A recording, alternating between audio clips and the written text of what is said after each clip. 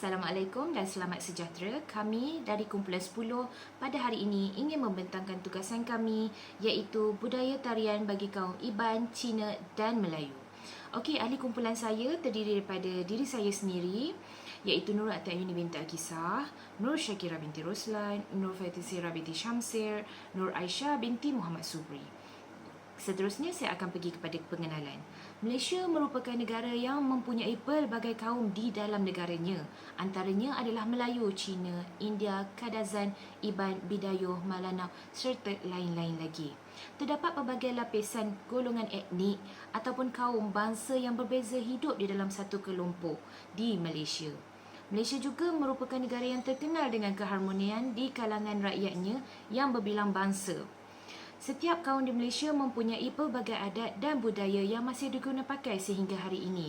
Bagi kaum yang berbeza, menghormati dan menghargai setiap budaya dan adat walaupun berbeza budaya. Seterusnya saya akan pergi kepada pengenalan masyarakat Iban.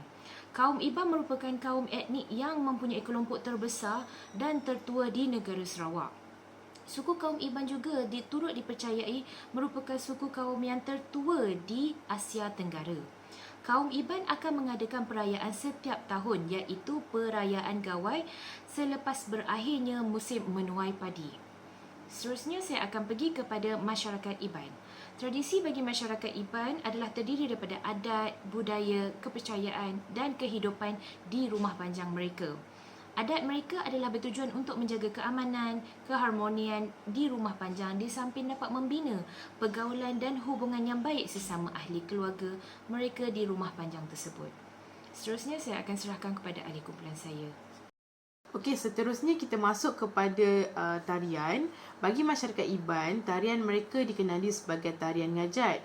Terdapat 6 jenis tarian ngajat iaitu ngajat lesung, ngajat berbunuh, ngajat induk, ngajat ngalu temuai, ngajat puak kumbu dan yang terakhir sekali adalah ngajat kuta.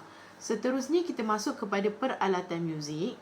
Okey, peralatan muzik untuk masyarakat Iban ini mempunyai 5 jenis iaitu gong besar, engkurumung, sapih, gendang dedumbak dan yang terakhir sekali adalah gong sederhana. Kemudian kita masuk dari segi pemakaian. Bagi masyarakat Iban, mereka menggunakan beberapa elemen lah untuk pemakaian mereka. Bagi kaum lelaki, mereka menggunakan sirat, gagong, baju burung serta topi. Manakala bagi kaum wanita pula, mereka menggunakan sugu tinggi, rawai, gelang, anting-anting serta mari empang. Okey, berikut adalah contoh gambaran pakaian masyarakat Iban bagi kedua-duanya, lelaki dan perempuan.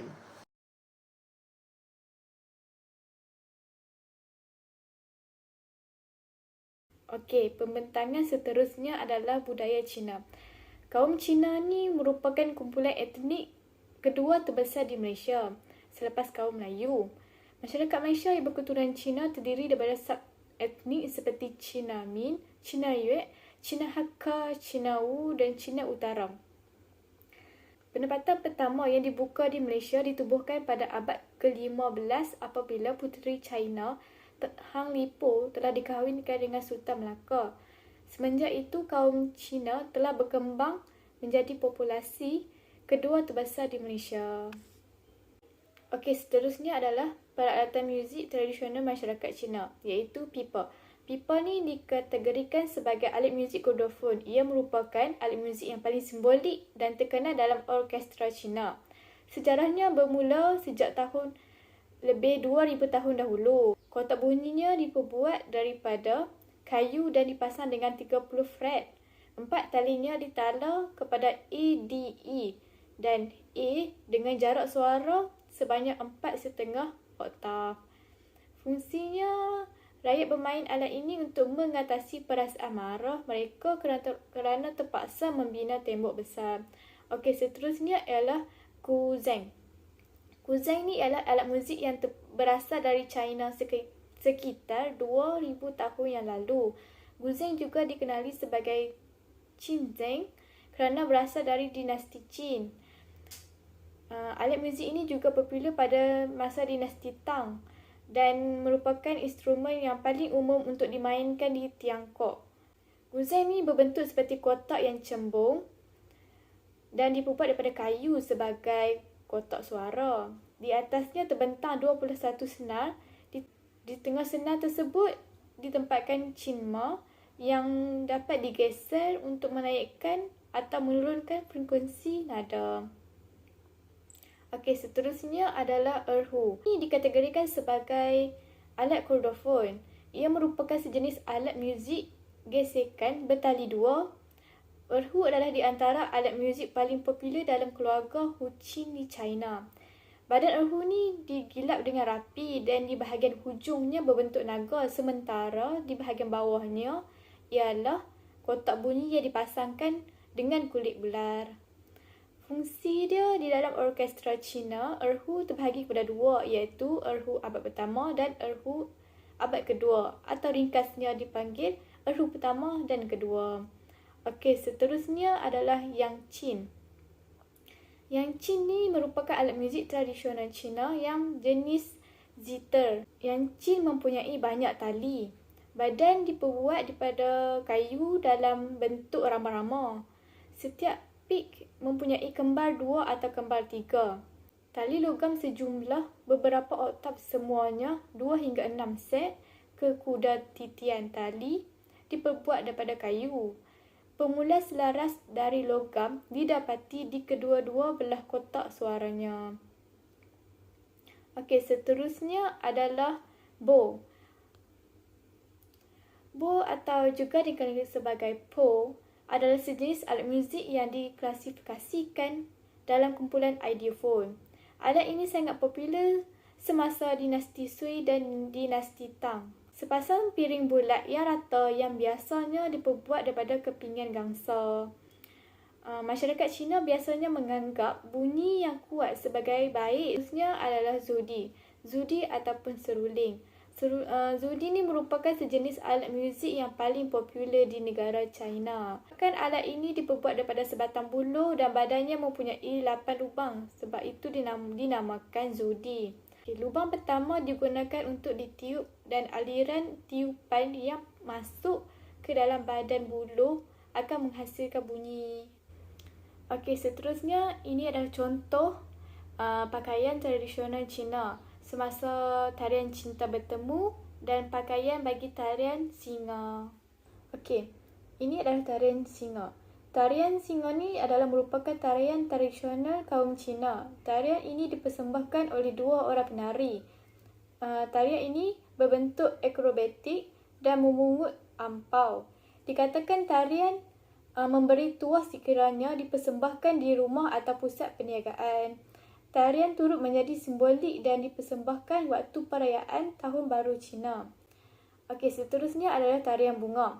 Simbolik tarian ini adalah untuk merayakan keamanan dan kegembiraan rakyat Cina. Tarian dipersembahkan oleh penari wanita. Gerak-geri tarian melambangkan aman, kasih sayang dan harmoni. Okey, seterusnya adalah tarian payung. Tarian ini dipopularkan semenjak zaman dinasti Han lagi. Ianya merupakan tarian yang diperkenalkan berasal dari daerah negeri China yang terkenal dengan perindustrian pembuatan payung. Tarian menggambarkan keindahan dan kegembiraan. Seterusnya adalah tarian cinta bertemu. Ianya merupakan tarian yang penuh dengan lemah gemalai. Tarian ini menggambarkan seorang wanita dalam sebuah perjalanan untuk bertemu dengan kekasih hatinya. Tarian menerapkan ciri-ciri perasaan kasih sayang dan mengambil berat terhadap orang yang dicintai. Seterusnya adalah tarian bunga teratai. Tarian diilhamkan dan berasal dari lukisan dinding di wilayah Dunhuang di negeri China. Tarian ini menggambarkan sekumpulan kanak-kanak bermain di tepi kolam teratai. Penari mempersembahkan suasana keriangan kanak-kanak bermain seperti zaman dahulu. Seterusnya kita akan ke budaya Melayu. Seperti yang tertera, terdapat beberapa jenis peralatan muzik tradisional bagi budaya Melayu. Yang pertama angklung, kedua gambus, ketiga gong, keempat gamelan, kelima talempong dan yang terakhir kompang. Seterusnya pakaian. Seperti yang dipaparkan, terdapat dua jenis pakaian. Pakaian yang pertama adalah pakaian bagi penari kuda kepang. Yang kedua, pakaian bagi penari makyong. Untuk jenis tarian pula, bagi jenis tarian zapin, zapin berasal dan terkenal di negeri Johor. Perkataan zapin berasal dari al-zafran iaitu gerak kaki. Asal tarian ini adalah sebagai tarian hiburan di istana yang dibawa atau diperkenalkan dari hari maut Yaman Selatan iaitu pedagang Arab pada abad ke-1 yang digunakan sebagai amalan zikir untuk sebarkan sejarah dan tamadun Islam. Dipersembahkan dalam majlis formal atau tidak formal. Seterusnya tarian gamelan. Tarian gamelan dipersembahkan di istana di Empire Riau dan Liga pada kurun ke-17. Tarian gamelan juga dipersembahkan buat kali pertama pada rakyat di Pekan, Pahang dan pada tahun 1811 dalam upacara persandingan Tunku Hussein. Seterusnya, asal tarian gamelan ini terdiri daripada 77 jenis gamelan, tetapi hanya 33 jenis gamelan yang digunakan sahaja iaitu Tengku Mariam. Untuk tarian gamelan ini terdiri daripada penari wanita sahaja dan dikatakan kaya kerana banyak dan tinggi dengan adat yang dipersembahkan. Untuk tarian kuda kepang pula dibawa ke negeri Johor oleh pendatang dari Jawa. Juga terdiri daripada penari lelaki sahaja. Dengan menggunakan kuda kepang, penari menggambarkan kisah kejayaan perjuang suci Islam. Yang terakhir adalah tarian makyong. Tarian makyong merupakan tarian Melayu tradisional. Tarian ini berbentuk drama dari Melayu yang menggabungkan unsur ritual, tarian yang digayakan muzik vokal, lagu dan cerita. Dicipta untuk menghiburkan kerabat diraja, khususnya golongan selatan Thailand, dan menggabungkan drama romantis, tarian nyanyian serta gaya menawan yang mengisahkan zaman kebangkitan serta kegemilangan Kesultanan Melayu. Kesimpulan, masyarakat Iban sebenarnya merupakan salah satu masyarakat yang sangat istimewa di negeri Sarawak. Bahasa mereka adalah satu keunikan masyarakat Iban. Malah bukan itu sahaja, makanan, pakaian, persembahan dan sebagainya juga salah satu keunikan oleh masyarakat tersebut. Tak lapuk dek hujan, tak lekang dek panas. Itulah adat yang sering dilakukan pada masa lapang mereka dengan menanam padi kerana aktiviti tersebut merupakan ekonomi tradisional masyarakat Iban. Pelbagai pantang larang serta petua yang mengikuti amalan-amalan itu menguatkan keyakinan masyarakat Iban tentang keberkesanan amalan penjagaan kesihatan mereka. Biarpun perkembangan perubahan sistem perubatan moden semakin mendapat tempat di kalangan masyarakat, setiap amalan tradisional masyarakat Iban tidak harus dilupakan kerana sebelum ada yang baru, pasti ada yang lama. Yang lama itu biasanya mempunyai keistimewaannya yang tersendiri. Sekian, terima kasih daripada kumpulan 10.